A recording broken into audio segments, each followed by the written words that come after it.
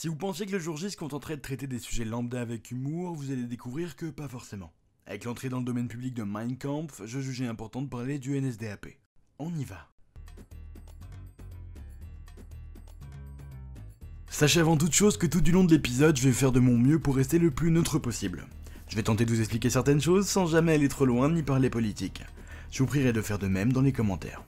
Le Parti national-socialiste des travailleurs allemands a été fondé le 5 janvier 1919 par Anton Drexler. À cette époque, le NSDAP est rapidement désigné comme un groupuscule extrémiste de droite. À la même époque, les services de renseignement de l'armée envoient un certain caporal, Adolf Hitler, pour surveiller les activités de ce groupuscule anonyme. Il y découvre sa vocation en tant qu'orateur et adhère donc au parti.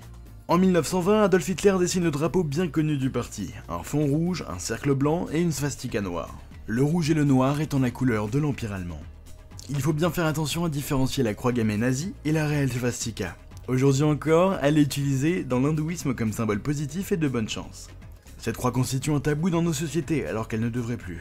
Vous pourrez facilement la croiser en Inde, elle est même dessinée sur certains crânes d'enfants hindous. Si vous souhaitez en savoir plus, je vous mets en description la vidéo de l'ami Azura qui vous explique bien mieux que moi l'origine et la fonction de la swastika. Le NSDAP est composé au départ d'à peine 60 membres. Ils seront plus de 8,5 millions à la fin de la guerre en 1945. Dès 1921, Adolf Hitler, très bon orateur, prend la tête du parti et s'octroie les pleins pouvoirs. Mais le 8 novembre 1923, lui et d'autres membres de son parti tentent de renverser le pouvoir et le gouvernement de force. Il sera condamné dès le 11 novembre à 5 ans de prison pour haute trahison. Il ne purgera que 13 mois, mais il y cultivera sa haine et rédigera son manuscrit, Mein Kampf. Il sera libéré dès le 20 décembre 1924. Le parti continue de monter avec la sortie d'Hitler de prison. Aux législatives de 1928, ils obtiennent 800 000 voix. La montée de l'extrême droite étant due à la crise économique mondiale. Les classes moyennes, sévèrement touchées, n'ont d'autre choix que de se projeter dans les promesses du parti nazi. Dès 1930, ils obtiennent plus de sièges que les communistes, 6 400 000 voix. Pour beaucoup d'électeurs, il s'agit d'un vote de protestation contre la République actuelle qu'ils jugent impuissante.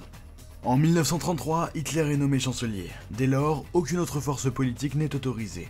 Hitler détient désormais les rênes du pays. Et la suite, vous la connaissez déjà.